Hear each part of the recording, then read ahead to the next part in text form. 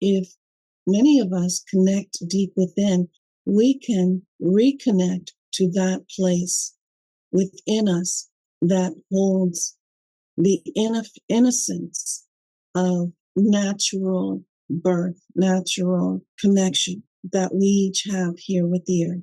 I think we come into the world with a love for the earth and a knowing how to connect in with nature and with ourselves. And that dissipates over time as we're experience more and more of the density that we are living within. How do we come back? How do we begin the steps that are being asked of us by Creator, by the earth, by the divine intelligence of creation, that intelligence that exists within us? How do we connect and restore ourselves, renew ourselves?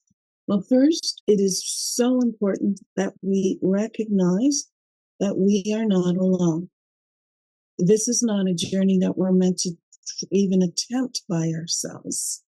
We have help, and that help comes from the earth, comes from nature, it comes from the divine, it comes from Creator. So if you have a relationship with Creator, or you aspire to such a connection with Infinite One Creator, that is a source of help that we can access, that we're meant to. We're being called to return and restore ourselves back into that deep relationship with Creator that has always been there.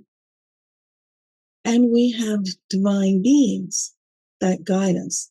I speak a lot about the ancestor guides that I have. I have a relationship with them that has been restored over time. There are angelic presences that we also have that we can call upon. If you don't know exactly, or if you haven't had a direct spiritual encounter with those that guide you, that's okay. It comes, it gets developed over time, but it is helpful to pursue that, to be open to receive that. Openness, being willing to explore who you are as a spiritual being is important. It matters that we be open to explore our relationship with ourselves, with the earth, with nature, with the clouds, with the universe and beyond. To have that curiosity, that's, I think, what helped propel me along in a really powerful way, was my curiosity. I wanted to learn. I wanted to understand the deeper levels of my being because I felt there was more. I just didn't know how to get there. And so I wanted to experience that, have that experience.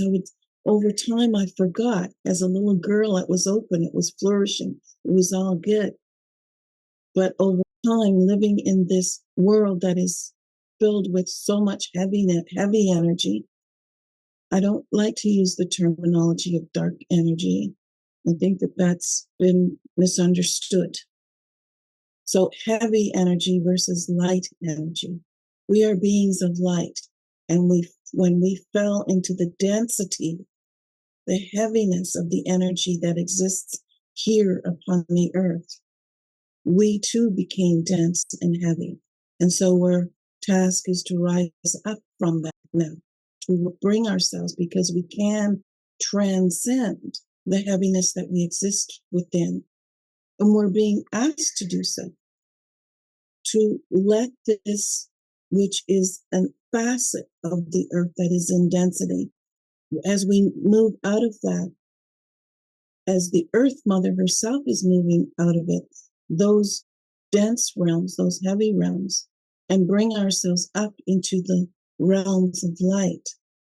One of the ways that we've been given to help us to fulfill that is with our guides.